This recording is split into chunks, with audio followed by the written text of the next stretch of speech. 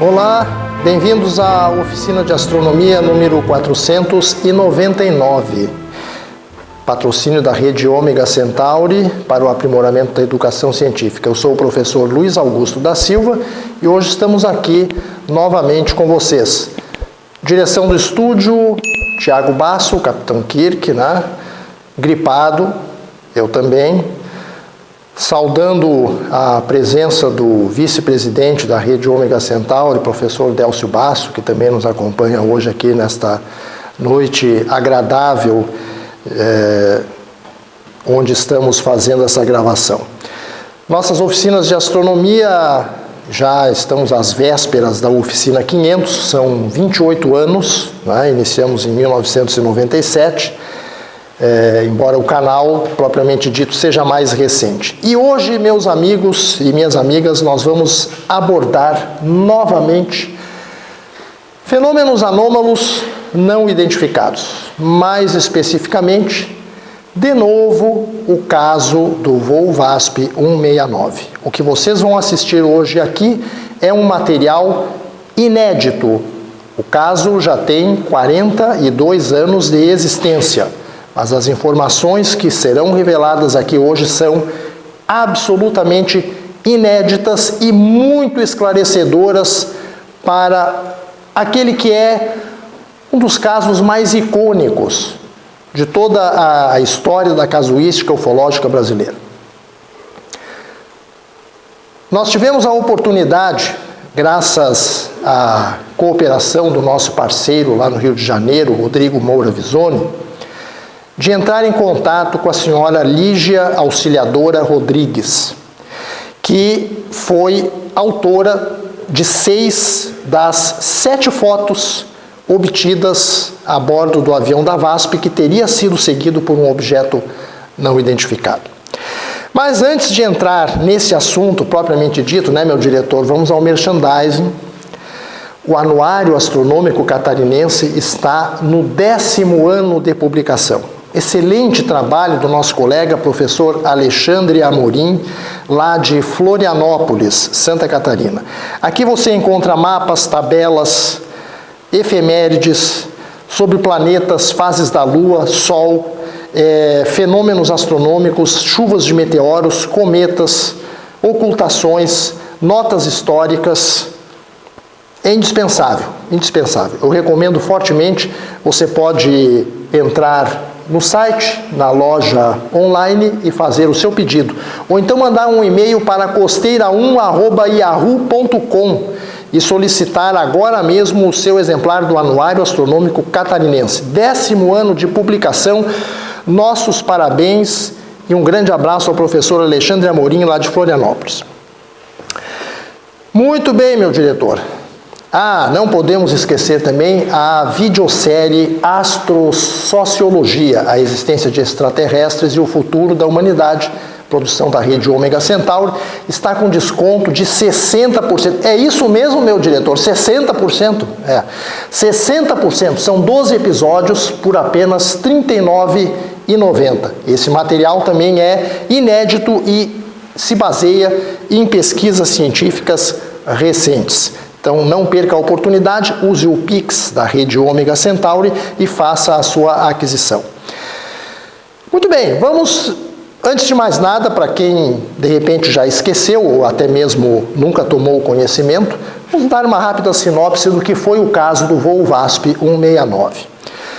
Na madrugada do dia 8 de fevereiro de 1982, um avião da extinta empresa aérea Viação Aérea São Paulo, VASP, partiu de Fortaleza com destino a São Paulo e escala no Rio de Janeiro.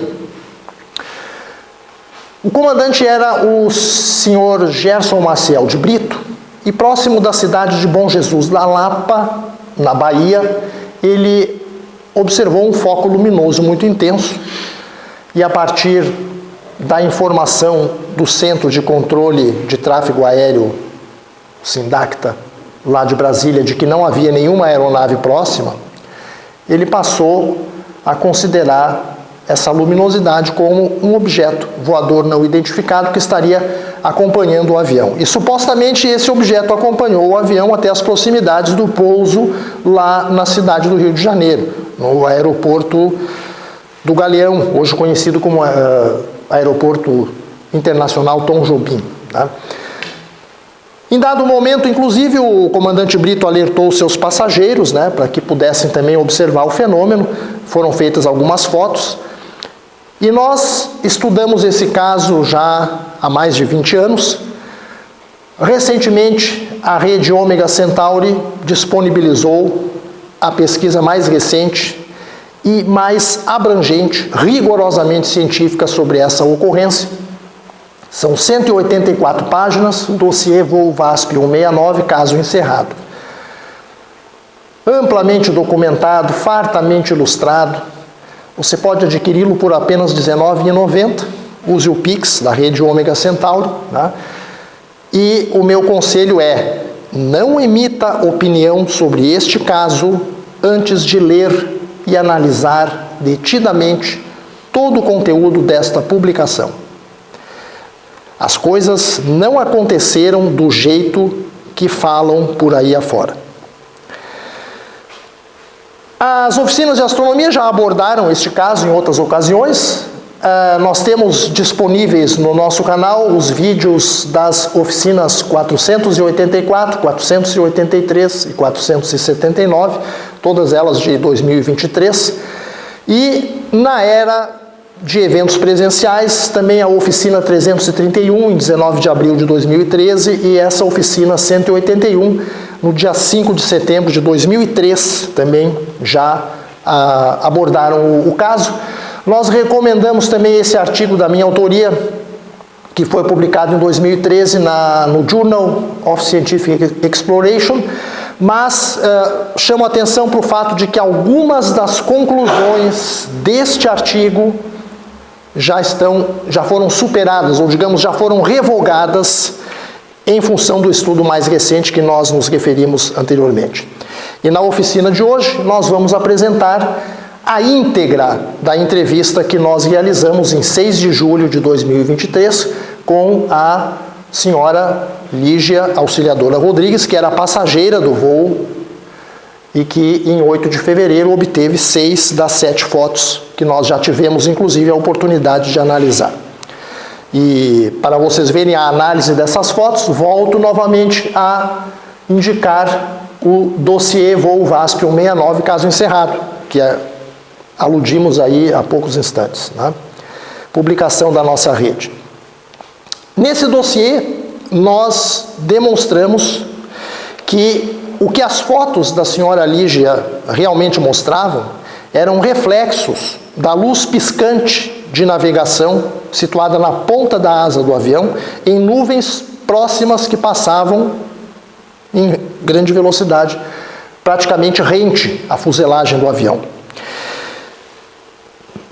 E essa interpretação, ela vai ficar, vocês vão ver, vai ficar completamente comprovada com a realização da entrevista que nós vamos abordar hoje. Vamos lá, então. Só um merchandisingzinho antes de continuar, né? Em janeiro, a rede Ômega Centauri lançou um livro de minha autoria, Meu Universo, onde eu falo um pouco das vivências que eu tive a oportunidade de experimentar ao longo de 50 anos de carreira científica estudando astronomia. São 501 páginas, formato digital, e você pode adquiri-lo por apenas R$ 34,90. Pode mandar um e-mail para mim diretamente, luisastrônomo@gmail.com, e claro, na hora de pagar, toda a facilidade do mundo, né, meu diretor? O Pix da rede Ômega Centauri, universoastronomia22@gmail.com. Espero que você prestigie o nosso trabalho. Muito bem, vamos à entrevista. Primeira pergunta que eu fiz à senhora Lígia Auxiliadora Rodrigues. Como você se sentiu quando avisaram que o avião estaria sendo seguido por um objeto não identificado? Você estava dormindo? Lembram que o voo é noturno, né? É durante a madrugada. Ou estava acordada? Já havia percebido alguma coisa diferente através da janela do avião, né? Antes do aviso do comandante Brito? Vejam a resposta. Abrir aspas. Eu estava acordada e já vinha observando aquela luz. E quando o comandante Brito falou que havia um objeto não identificado junto conosco, do lado direito, para quem estava de frente para o avião, se eu não estiver enganada, não me surpreendi. Só me assustei um pouco, porque as comissárias de bordo se deslocaram rapidamente de um lado para o outro, estavam agitadas e percebi que algo estava acontecendo. Nesse momento, depois do aviso dele, ou seja, do aviso do comandante, foi que comecei a fotografar. Fechar aspas. Certo? Muito bem, vamos fazer agora alguns comentários pertinentes em cima dessas declarações. Notem que eu sublinhei ali a frase do lado direito para quem estava de frente para o avião, né? Na verdade, nós sabemos que o objeto estava visível do lado esquerdo da aeronave. Então, ou a passageira se enganou quanto a esse detalhe, afinal de contas também já faz bastante tempo, né?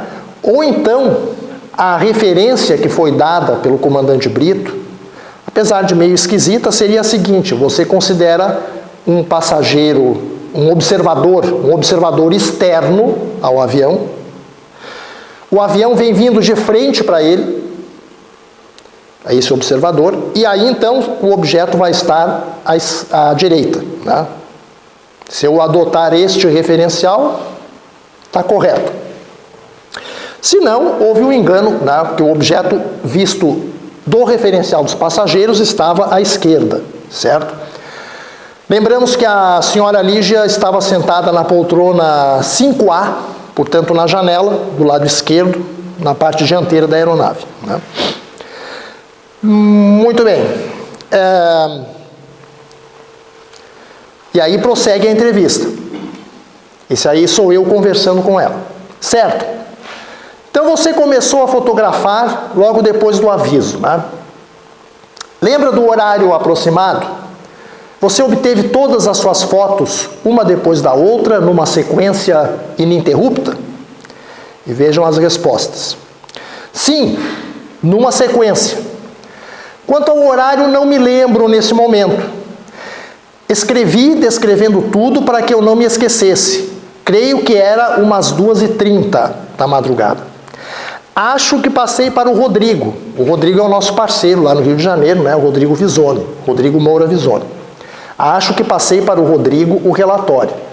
Me lembro que o OVNI se deslocou e não pude mais vê-lo. O OVNI se deslocou. O comandante ia descrevendo a trajetória dele. E naquele momento eu não mais o via.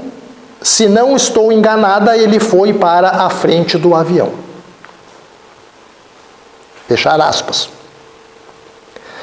Vamos aos comentários pertinentes.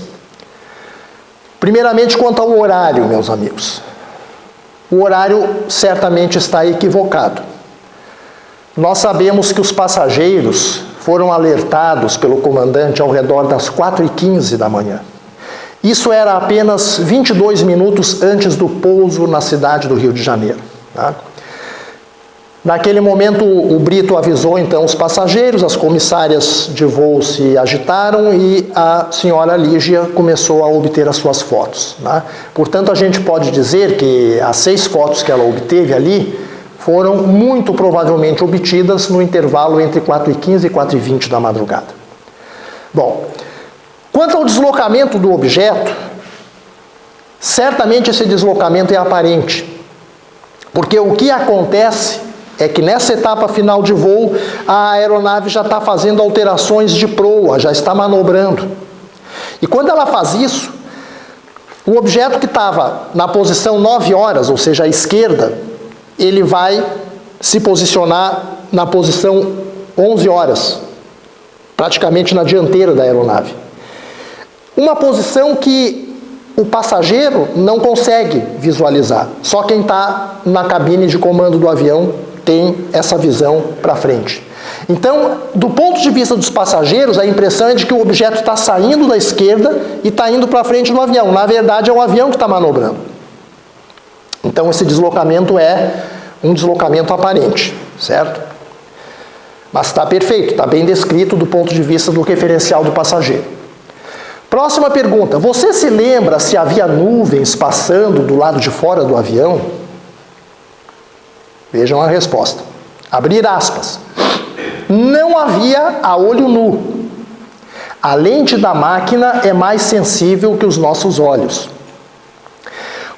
E vejam bem, isso aqui agora é fundamental. Quando imprimi o filme, fiquei surpresa com o que apareceu. Não enxergava as cores que saíram na foto. Mas algumas pessoas descreveram isso, o próprio comandante, se não estou enganado. Fechar aspas. Então, meus amigos, isso aqui é fundamental.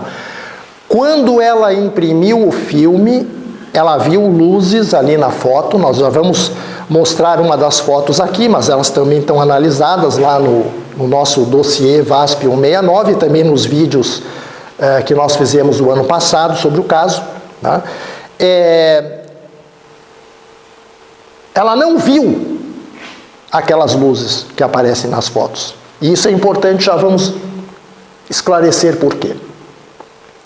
O que nós podemos comentar em cima dessas declarações no primeiro momento? Bom, nós sabemos que a aeronave já estava reduzindo bastante a altitude, estava próxima do pouso no Rio de Janeiro e atravessava camadas intermitentes de nuvens baixas do tipo stratocúmulos, que são frequentemente associadas com frentes frias. Havia uma frente fria sobre a região sudeste naquela madrugada. Tá? Bom, o fato das nuvens não serem evidentes a olho nu, ele mostra que o céu ainda estava muito escuro.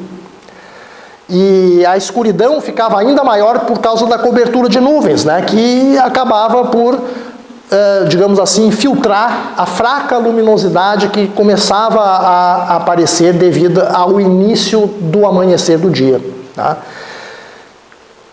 Tanto é que nas fotos que ela fez, a gente enxerga nitidamente a presença de nuvens, mas talvez visualmente essas nuvens não fossem tão perceptíveis realmente. Bom, quando a autora das fotos declara surpresa ao ver o que tinha sido registrado e diz que não enxergou as cores que saíram nas fotos, muito provavelmente ela está se referindo mais à imagem número 14 do filme que ela fez, que nós tivemos a oportunidade de... Deixa eu ver se não está aqui vou mostrar logo aqui. Ó, essa imagem aqui, ó, tá? Temos a asa do avião, a luz de navegação fixa e o reflexo na nuvem. Tá? Deixa eu voltar aqui para citações literais dela. Então, quando ela diz que não enxerga as cores que saíram nas fotos, ela provavelmente estava se referindo mais a essa imagem que nós acabamos de mostrar, a imagem do negativo 14. E esse fato, ele demonstra inequivocamente que aquela luz intensa, ela não era contínua, uma vez que a autora diz que foi percebida apenas pela lente da câmera. Né? A descontinuidade dessa luz comprova a nossa interpretação de que ela foi apenas um reflexo intenso, momentâneo, da luz da ponta da asa do avião, em uma nuvem que roçou por ali, no exato instante em que a câmera capturou a imagem. Então, isso foi capturado por acaso. E eu digo isso com toda a certeza porque se fosse uma luz contínua, daquela intensidade que aparece na foto, olha, meus amigos, não haveria como não observar aquilo ali, né? Não haveria como se surpreender ao olhar a foto. tá? Ou as fotos. Agora, aquela luz que ela disse que ela já vinha observando antes mesmo do comandante Brito ter avisado os passageiros, não era uma luz alaranjada, que nem aparece ali na imagem. Era uma luz branca. E a luz de navegação da ponta lá da asa do avião era alaranjada, justamente a cor que aparece naquele reflexo na foto, tá? E além disso, essa luz branca, que ela já vinha vendo antes, né, era uma luz mais focada, mais concentrada, mais focalizada. Então agora eu acho que nós podemos dizer que nós sabemos o que aconteceu com certeza ali naquela situação. A dona Lígia Auxiliadora Rodrigues vinha observando o planeta Vênus através da janela do seu avião. E na tentativa de registrar esse planeta com a sua câmera, porque ela pensou que aquilo ali era o OVNI que o comandante Brito tinha alertado que os passageiros olhassem, ela fotografou, sem querer, um reflexo intenso de um pulso da luz de navegação fixa da extremidade da asa da aeronave. Que é a famosa imagem, né, do negativo 14. Esta aqui. Tá? Aqui é a extremidade da asa, a luz de navegação fixa, o foco incidindo numa nuvem que passou ali instantaneamente, por sorte, na hora em que a máquina bateu a foto. E mais, hein? E mais. Como essas fotos elas foram obtidas em sequência, e quem for lá conferir no outro vídeo vai ver, a intensidade desses reflexos varia bastante de uma imagem para outra, né?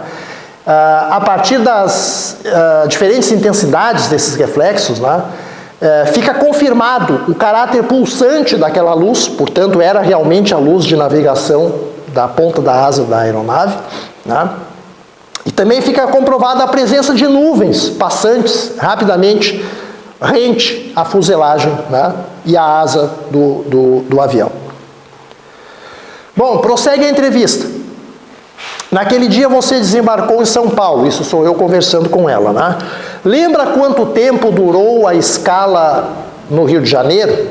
Essa era uma informação que eu tinha bastante interesse em obter, mas infelizmente a gente não conseguiu levantar esse dado, porque ela declarou o seguinte, abrir aspas, nem me lembro que houve escala. Desci em São Paulo e me surpreendi com o agito no desembarque. Fechar aspas. Tá? Então, lá na nossa investigação mais recente, a gente faz uma estimativa do tempo em que deve ter durado provavelmente durou essa escala no Rio de Janeiro, né?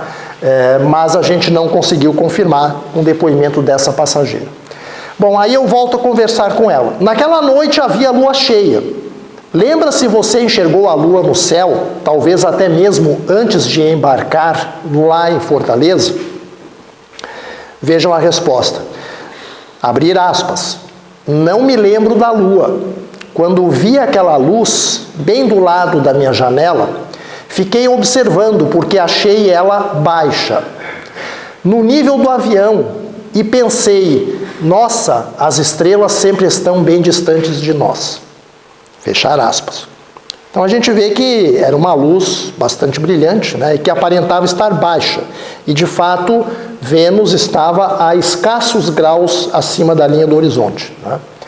Então, a gente tem que acrescentar aqui as seguintes observações. Primeiro, Vênus sabidamente tem um brilho descomunal, muito diferente do brilho normal das estrelas, mesmo das estrelas mais brilhantes no céu, né?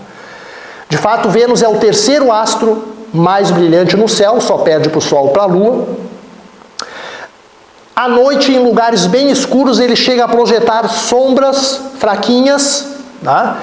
E ele pode ser enxergado até mesmo em plena luz do dia, embora com uma certa dificuldade, tá? Então, essa desproporção enorme em relação ao brilho comum, ordinário das estrelas, né, ela acaba levando as pessoas a pensarem que não pode se tratar de um astro, que é um objeto luminoso que está dentro da própria atmosfera, inclusive. Porque mesmo que eu tenha nuvens ralas, e esse é um detalhe interessante, mesmo que tenha nuvens ralas, o brilho de Vênus não resulta sensivelmente atenuado. E a pessoa, o observador, tem a nítida impressão de que está vendo alguma coisa situada, não lá no espaço, e sim dentro da atmosfera da Terra. Tá? Muito bem, daí eu prossigo. Eu quero saber mais a respeito dessa luz que ela estava observando. Essa luz que você vinha observando, como é que era? Qual era a cor? Parecia uma estrela? E ela disse, era um foco de luz branca. Ou seja, aí entra eu na conversa. Um ponto luminoso muito intenso? E ela responde, sim, não tinha corpo, tinha um centro mais forte que irradiava a luz ao redor dela. Vamos aos comentários. Essa descrição, meus amigos, que a gente acabou de transcrever, ela é perfeitamente compatível com uma observação do planeta Vênus. E essa irradiação de luz que ela menciona ali, provavelmente se devia ao espalhamento de uma parte da luz de Vênus nas nuvens fininhas que estavam ali passando a todo momento. Existe um efeito de ótica atmosférica chamado corona ou coroa, que é um halo luminoso difuso que se forma em torno de uma fonte luminosa por causa da difração da luz nas gotinhas de água que estão ali nas nuvens. Aqui tem uma foto, ó. Isso é de uma conjunção que teve entre o planeta Júpiter e o planeta Vênus. Isso foi fotografado lá na Itália. E devia haver nuvens ralas, porque vocês observam aqui ao redor de Vênus uma região luminosa difusa, como se a luz estivesse se irradiando, né? Isto é uma coroa ou corona, que se forma devido à nebulosidade em torno de Vênus. Tá? Aí eu continuo a conversa. A luz aparecia mais ou menos no centro da sua janela e ela responde, um pouquinho mais à esquerda, mas eu a via totalmente, inteira. Era grande e as estrelas nos parecem menores pela distância. Certo? E aí eu pergunto, ou eu afirmo, né? Sugiro. Dava a perfeita impressão de estar próxima, dentro da atmosfera. E ela diz, sim, à minha esquerda. Aquilo que eu disse, né? Vênus, nuvens ralas, a impressão que a gente tem é que ele está não lá no espaço, mas sim dentro da atmosfera. Outros comentários que nós poderíamos fazer ainda a respeito dessas declarações, né? Essa posição descrita em relação ao centro da janela do avião, um pouquinho mais para a esquerda, isso explica por que a câmera fotográfica foi apontada mais para a traseira do avião e chegou com isso a capturar a ponta da asa esquerda do avião. Tá?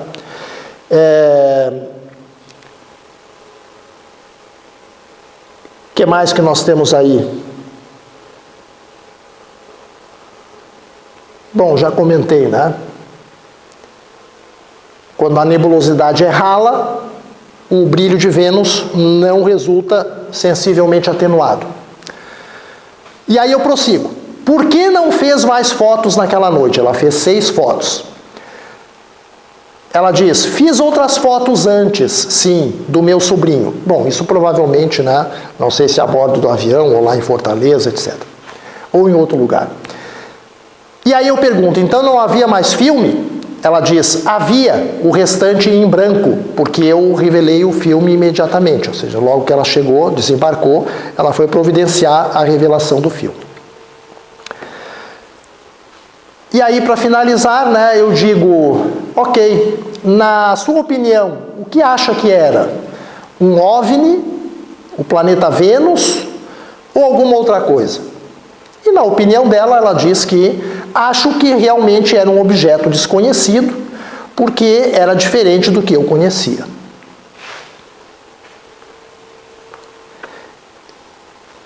E eu finalizo. Perfeito. Tem mais alguma coisa que você se recorda ou que desejaria acrescentar? Não. Na época, levei as fotos para uns ufólogos, me lembro que eram da Lapa. Tá? E aí, terminou a nossa entrevista. O nosso colega parceiro lá no Rio de Janeiro, Rodrigo Moura Visoni, nos mandou uma reprodução do filme completo que foi usado naquela madrugada. Está aqui, ó. Aqui as primeiras imagens são aquelas que nós analisamos nas oficinas do ano passado, até aqui, ó. Né? São 5 imagens que tem aqui. Né? Tinha mais uma outra que não aparece, né? E após a imagem 14 está aqui, né? Só que ela está virada, né, em relação ao que a gente projetou anteriormente. Aqui é a ponta da asa do avião, aqui é a luz. E depois, isso aqui provavelmente, vejam a diferença de luminosidade, né? Como está escuro esses quadros aqui de cima e esses aqui já são bem mais iluminados. A gente vê que aqui o sol já está praticamente quase nascendo, se é que já não nasceu e está rente ao horizonte, escondido. E a gente vê que existia realmente nuvens, a gente vê aqui nuvens baixas, do tipo estratocúmulos, características da presença de uma frente fria, e nuvens mais altas, possivelmente de média altitude, do tipo altostratos, altocúmulos. Tá? Tem várias imagens aí, ó, que ela faz depois do clarear do dia. Isso tudo provavelmente já na etapa de voo, quando o avião decolou do Rio, indo para São Paulo. Tá? Aqui tem um dos quadros, né, que eu ampliei. Aqui a gente vê um deck de nuvens baixas, né, e nuvens de média altitude mais acima, né, altocúmulos e altostratos, provavelmente, fragmentadas. Né. Bom, sobre essa evolução da claridade crepuscular, nós voltaremos à baila numa oficina de astronomia posterior, certo? Eu gostaria de deixar aqui os meus sinceros agradecimentos à senhora Lígia Auxiliadora Rodrigues pelas informações muito valiosas que nos proporcionou, ajudaram bastante na nossa investigação desenvolvida recentemente. Quero agradecer também ao Rodrigo Moura Visoni pela parceria, pela colaboração constante nessa investigação. Tá? Graças a ele, eu pude entrar em contato com a senhora Lígia. E eu quero mandar também o meu agradecimento ao Osmar Balioni Júnior, lá de São Paulo, que no decurso de toda a nossa investigação mais recente colaborou bastante, enviando muitas cartas aeronáuticas escaneadas da rota do avião e que foram também de importância fundamental para o nosso estudo. Então, um grande abraço à senhora Lígia Auxiliadora Rodrigues, um abraço ao Rodrigo Visoni e também grande abraço ao Osmar Balioni Júnior. E muito obrigado pela cooperação de todos. Certo? Isso é tudo, meus amigos? Não é tudo. Como eu disse, né, nós vamos ter pelo menos mais uma oficina ainda sobre o caso, em breve, né? Portanto, aguardem. E volto a lembrar, adquiram o dossiê VASP 169, caso encerrado. Volto a dizer, até onde temos conhecimento, é a mais abrangente investigação deste caso já realizada até hoje. Não emita opinião sobre o voo VASP 169 sem antes ler e analisar detidamente o conteúdo deste trabalho. Você pode adquiri-lo em formato digital, apenas R$ 19,90. Use o Pix da rede Ômega Centauri. Né? Pode mandar o pedido, a sua encomenda diretamente para mim, não tem problema, luisastronomo@gmail.com, e pague com todo conforto, com toda a comodidade, com o Pix da rede Ômega Centauri, universoastronomia22@gmail.com. Lembro também que você pode assinar o portal Ciência e Cosmos para receber conteúdos exclusivos por apenas R$ 49,90 por ano. Se você for professor, paga apenas R$ 39,90 por ano, e se for estudante, apenas R$ 29,90 por ano. E se você está em dúvida, o que você vai adquirir? Se vai assinar o portal Ciência e Cosmos, se vai comprar o dossiê VASP 169, a rede Ômega Centauri tem uma sugestão muito melhor. Até a meia-noite de 30 de setembro de 2024, você pode aproveitar o combo de inverno, onde você adquire o meu Atlas de nuvens, de R$ 129,90 por apenas R$ 74,90, o dossiê VASP 169 de R$ 19,90 por R$ 14,90, você assina o meu portal de R$ 49,90 por R$ 39,90, independentemente de ser professor ou não. Você pode ainda adquirir a nossa videosérie Astrosociologia por apenas R$ 39,90 e também o meu livro por R$ 34,90, ganhando inteiramente grátis o calendário 2024 da rede Ômega Centauri. Em condições normais, você ia investir R$ 344,50 para adquirir todos esses produtos, mas graças ao combo de inverno, tudo isso sai por apenas R$ 204,50. Tá? E você pode pagar, claro, novamente, usando o Pix da rede Ômega Centauri. Essa foi a oficina de astronomia 499. Voltaremos na próxima oficina. Até lá!